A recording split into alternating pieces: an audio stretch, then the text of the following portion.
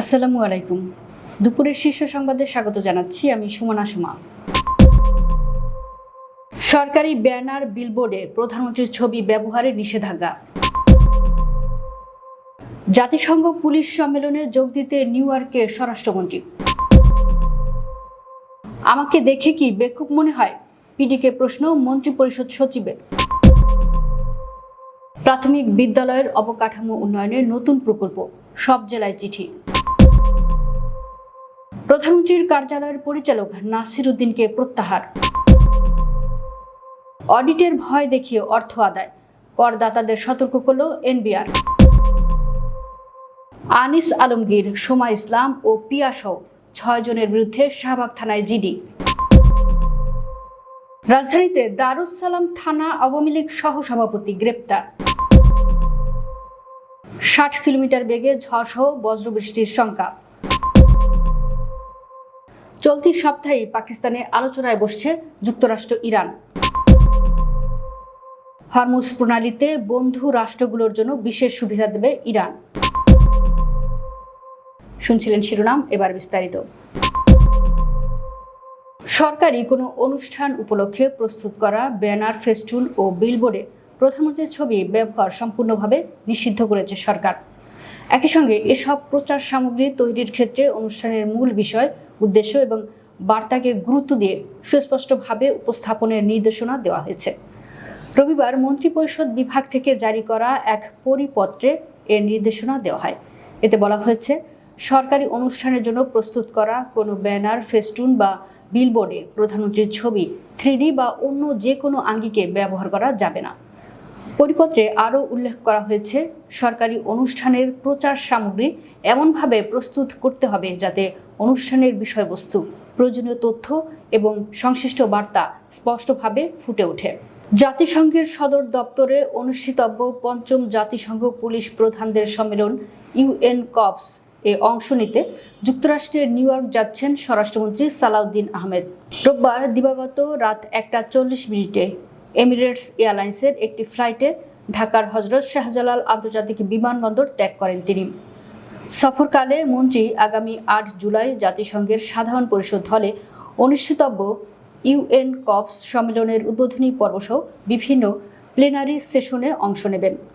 এবারের সম্মেলনে জাতিসংঘ পুলিশের ভবিষ্যৎ রূপরেখা, জাতিসংঘ পুলিশিংয়ে উদ্ভাবন ও নতুন প্রযুক্তি এবং আন্তর্দেশীয় চ্যালেঞ্জ মোকাবেলায় আন্তর্জাতিক সহযোগিতা বৃদ্ধি শীর্ষক 3টি গুরুত্বপূর্ণ প্লেনারি সেশন অনুষ্ঠিত হবে।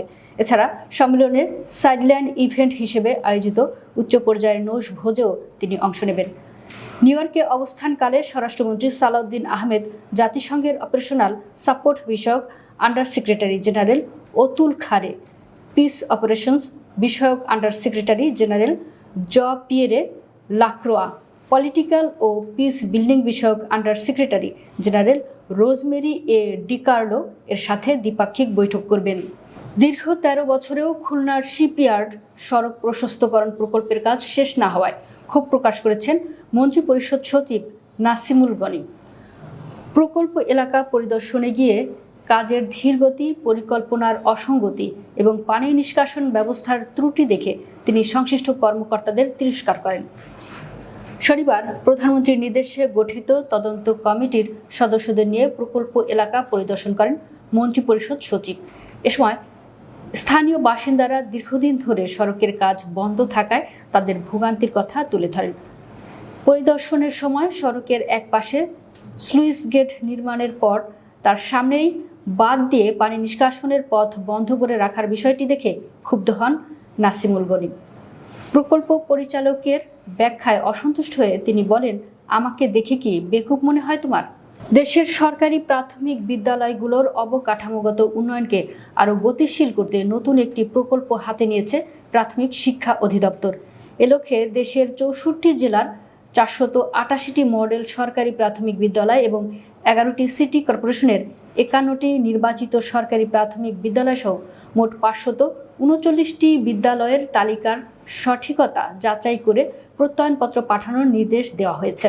সম্প্রতি প্রাথমিক শিক্ষা অধিদপ্তরের পরিকল্পনা ও উন্নয়ন বিভাগ থেকে এ সংক্রান্ত একটি অফিস আদেশ জারি করা হয়।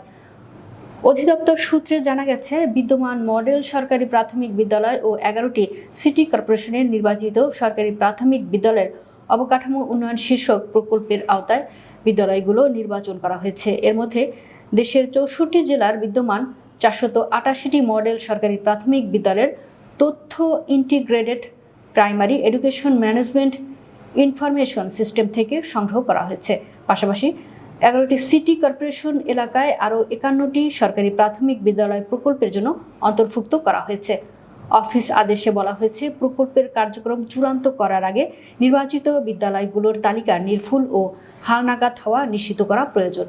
এজন্য সংশ্লিষ্ট জেলা প্রাথমিক শিক্ষা কর্মকর্তাদের নিজ নিজ জেলার বিদ্যালয়গুলোর তথ্য যাচাই বাছাই করে নির্ধারিত ছকে প্রত্যয়নপত্র প্রস্তুত করতে হবে। এতে আরও বলা হয়, প্রত্যয়নপত্রে জেলা প্রাথমিক শিক্ষা কর্মকর্তার স্বাক্ষর থাকতে হবে এবং তা আগামী 5 জুলাই 2026-এর মধ্যে প্রাথমিক শিক্ষা অধিদপ্তরের পরিকল্পনা ও উন্নয়ন বিভাগে পাঠাতে হবে। নির্দেশনার সঙ্গে 11টি সিটি কর্পোরেশনের এলাকার নির্বাচিত বিদ্যালয়ের তালিকা এবং প্রত্যয়নপত্রের নমুনা সংযুক্ত করা হয়েছে, যাতে জেলা পর্যায়ে যাচাই কার্যক্রম দ্রুত সম্পন্ন করা যায়। প্রধানমন্ত্রীর কার্যালয়ের পরিচালক মোহাম্মদ নাসিরউদ্দিন সারওয়ারকে প্রত্যাহার করা হয়েছে। শনিবার তাকে প্রশাসন মন্ত্রণালয়ে সংযুক্ত করা হয়েছে। এ বিষয়ে জনপ্রশাসন মন্ত্রণালয় থেকে প্রজ্ঞাপন জারি করা হয়েছে। ঢাকা জেলা প্রশাসকের কার্যালয়ের তথ্য অনুযায়ী, শিক্ষার্থীদের আন্দোলনে গুলির নির্দেশ দেওয়া নির্বাহী ম্যাজিস্ট্রেটদের মধ্যে নাসিরউদ্দিন সারওয়ারের নামও রয়েছে। তিনি গত আওয়ামী লীগ আমলে রাষ্ট্রপতির প্রোটোকল অফিসার এবং জনপ্রশাসন মন্ত্রণালয়ের সিনিয়র সহকারী সচিব হিসেবে জনপ্রশাসন মন্ত্রণালয়ে কর্মরত ছিলেন। কর নথি অডিটে পড়েছে এমন তথ্য দিয়ে এক শ্রেণীর প্রতারক চক্র করদাতাদের কাছ থেকে অর্থ আদায়ের চেষ্টা করছে বলে সতর্ক করেছে জাতীয় রাজস্ব বোর্ড। অডিট থেকে অব্যাহতির আশ্বাস বা আইনি জটিলতার ভয় দেখিয়ে বিভিন্ন মুঠোফোন নম্বর থেকে যোগাযোগ করে অর্থ দাবি করা হচ্ছে বলে জানিয়েছে সংস্থাটি। রোববার এক সংবাদ বিজ্ঞপ্তিতে এনবিআর জানায়, এ ধরনের প্রতারণা থেকে করদাতাদের সতর্ক থাকতে হবে। বিজ্ঞপ্তিতে বলা হয়, কর নথি অডিট সংক্রান্ত বিষয়ে এনবিআর-এর কোনো কর্মকর্তা বা কর্মচারী ব্যক্তিগত মুঠোফোন নম্বর কিংবা অননুমোদিত কোনো মাধ্যমে করদাতাদের সঙ্গে যোগাযোগ করেন না। কোনো করদাতার ফাইল অডিটের জন্য নির্বাচিত হলে আইন অনুযায়ী কেবল আনুষ্ঠানিক লিখিত নোটিশের মাধ্যমেই তা জানানো হয়। এতে আরও বলা হয়, কর সংক্রান্ত যে কোনো বকেয়া কর বা ফি শুধুমাত্র সরকারি চালানের মাধ্যমে রাষ্ট্রীয় কোষাগারে জমা দিতে হয়। জুলাই অভ্যুত্থান নিয়ে সামাজিক যোগাযোগ মাধ্যমে আপত্তিকর মন্তব্য ও অপপ্রচার চালানোর অভিযোগে সাংবাদিক আনিস আলমগীর, উপস্থাপিকা সোমা ইসলাম, মডেল ও আইনজীবী জান্নাতুল ফেরদৌস প্রিয়া এবং আরও 3 জন সহ মোট 6 জনের বিরুদ্ধে থানায় অভিযোগ দায়ের করা হয়েছে। শনিবার রাতে শাহবাগ থানায় জিডিটি করা হয়। রবিবার শাহবাগ থানার পরিদর্শক জাহাঙ্গীর আলম বিষয়টি নিশ্চিত করে জানান, রাষ্ট্র সংলাপ ফোরাম নামের একটি সংগঠনের সদস্য মিল্লাত হোসেন শনিবার রাতে এ অভিযোগ দায়ের করেন। অভিযোগটি জিডি হিসেবে গ্রহণ করে তদন্তের দায়িত্ব দেওয়া হয় এসআই আশরাফ আলীকে। যেহেতু অভিযোগটি সাইবার সংক্রান্ত, তাই তদন্তকারী কর্মকর্তা এটি সাইবার ইউনিটে পাঠাতে পারেন। জিডিতে আনিস আলমগীর, সোমা ইসলাম ও জান্নাতুল ফেরদৌস প্রিয়ার পাশাপাশি সাবেক ছাত্রলীগ নেতা ও কলামিস্ট মমিন মেহেদি, মডেল মারিয়া কিসপট্টা এবং মডেল ও অভিনেত্রী তুষ্টির নামও উল্লেখ করা হয়। রাজধানীর মিরপুরে কার্যক্রম নিষিদ্ধ আওয়ামী লীগের এক নেতাকে গ্রেফতার করেছে পুলিশ। শুক্রবার গভীর রাতে গোপন সংবাদের ভিত্তিতে মিরপুরের দিয়াবাড়ি এলাকা থেকে তাকে গ্রেফতার করা হয়। গ্রেফতার জহির মিরপুরের দারুস-সালাম থানা আওয়ামী লীগের সহসভাপতি। বিষয়টি নিশ্চিত করেন মিরপুর মডেল থানার ওসি হাফিজুর রহমান। স্থানীয় সূত্রে জানা গেছে, 5 আগস্টের পর ছাত্র জনতা মামলার আসামি হয়েও এলাকায় প্রকাশ্যে অবস্থান করতেন জহির। 2008 সালে আওয়ামী লীগ ক্ষমতায় আসার পর ঢাকা 14 আসনের সাবেক পুরাতন সংসদ সদস্য আসলামুল হকের ভাই মফিজুল ইসলাম বেবুর হাত ধরে তার রাজনৈতিক হাতেখড়ি হয়। ওসি হাফিজুর রহমান জানান, জহিরের বিরুদ্ধে আওয়ামী লীগের মিছিল মিটিংয়ে অর্থায়নের অভিযোগ রয়েছে। সর্বশেষ তাকে একটি মিছিলে নেতৃত্ব দিতে দেখা যায়। এ কারণে সন্ত্রাস বিরোধী আইনে তাকে গ্রেফতার করা হয়েছে। তিনি আরও বলেন, জহিরের বিরুদ্ধে বেশ কয়েকটি মামলা রয়েছে। ঢাকা সহ দেশের 14 জেলায় ঘন্টায় 45 থেকে 60 কিলোমিটার বেগে ঝড় ও বজ্রবৃষ্টি হতে পারে বলে জানিয়েছে আবহাওয়া অধিদপ্তর। রোববার সন্ধ্যা 6টা পর্যন্ত দেশের অভ্যন্তরীণ নদী বন্দরগুলোর জন্য আবহাওয়া অধিদপ্তরের দেওয়া সতর্ক বার্তায় এ তথ্য জানানো হয়। বার্তায় বলা হয়েছে, রাজশাহী, পাবনা, ঢাকা, ফরিদপুর, কুষ্টিয়া, যশোর, খুলনা, বরিশাল, পটুয়াখালী, কুমিল্লা, নোয়াখালী, চট্টগ্রাম, কক্সবাজার এবং সিলেট জেলার ওপর দিয়ে দক্ষিণ অথবা দক্ষিণ পূর্ব দিক থেকে ঘন্টায় 45 থেকে 60 কিলোমিটার বেগে অস্থায়ীভাবে দমকা অথবা ঝোড়ো হাওয়া বয়ে যেতে পারে। এ সময় বৃষ্টি অথবা বজ্রসহ বৃষ্টির সংখ্যাও রয়েছে। তাই এসব এলাকার নদী বন্দরগুলোকে 1 নম্বর সতর্ক সংকেত দেখাতে বলা হয়েছে। আবারও আলোচনায় বসতে যাচ্ছে যুক্তরাষ্ট্র ও ইরান। চলতি সপ্তাহেই এই বৈঠক অনুষ্ঠিত হতে যাচ্ছে। এবার পাকিস্তানেই এই বৈঠকের আয়োজন করা হবে। সৌদি আরব ভিত্তিক সংবাদ মাধ্যম আল আরাবিয়ার এক প্রতিবেদনে এ তথ্য জানানো হয়েছে। প্রতিবেদনে বলা হয়েছে, যুক্তরাষ্ট্র ও ইরানের মধ্যে পরবর্তী দফায় আলোচনার আয়োজন করবে পাকিস্তান। আগামী 11 জুলাই এই আলোচনা অনুষ্ঠিত হবে। নাম প্রকাশে অনিচ্ছুক একটি সূত্রের বরাত দিয়ে প্রতিবেদনে বলা হয়েছে, আসন্ন আলোচনায় ইরানের উপর মার্কিন নিষেধাজ্ঞা, ইরানের জব্দকৃত সম্পদ এবং দেশটির পারমাণবিক কর্মসূচি নিয়ে আলোচনা হবে। প্রতিবেদনে আরও বলা হয়েছে, ইরানের সাবেক সর্বোচ্চ নেতা আয়াতুল্লাহ আলী খামেনির দাফন প্রক্রিয়া শেষ হওয়ার পর দেশটির প্রতিনিধি দল সম্পর্কে সিদ্ধান্ত নেওয়া হবে। এর আগে গত 18 জুন ইরান ও যুক্তরাষ্ট্র লেবানন সহ এ অঞ্চলের সব ফ্রন্টে যুদ্ধের অবসান ঘটানোর বিষয়ে একটি সমঝোতা স্মারকে স্বাক্ষর করে। তেহরানের মিত্র দেশগুলোর জন্য হরমুজ প্রণালী পাড়ি দেওয়া সহজ হবে বলে জানিয়েছেন চীনে নিযুক্ত ইরানের রাষ্ট্রদূত আবদুল্লারেজা রহমানি ফাজলি। তিনি জানিয়েছেন, এই কৌশলগত জলপথ দিয়ে যাতায়াতকারী জাহাজগুলোর উপর নতুন কিছু মাশুল বা সার্ভিস চার্জ আরোপের পরিকল্পনা করছে ইরান। শনিবার বেইজিংয়ে আয়োজিত ওয়ার্ল্ড পিস ফোরামে অংশ নিয়ে তিনি কথা জানান। সিবিএস নিউজের প্রতিবেদন অনুযায়ী ওমানের সঙ্গে মিলে ইরান এই নতুন ব্যবস্থা নিয়ে কাজ করছে।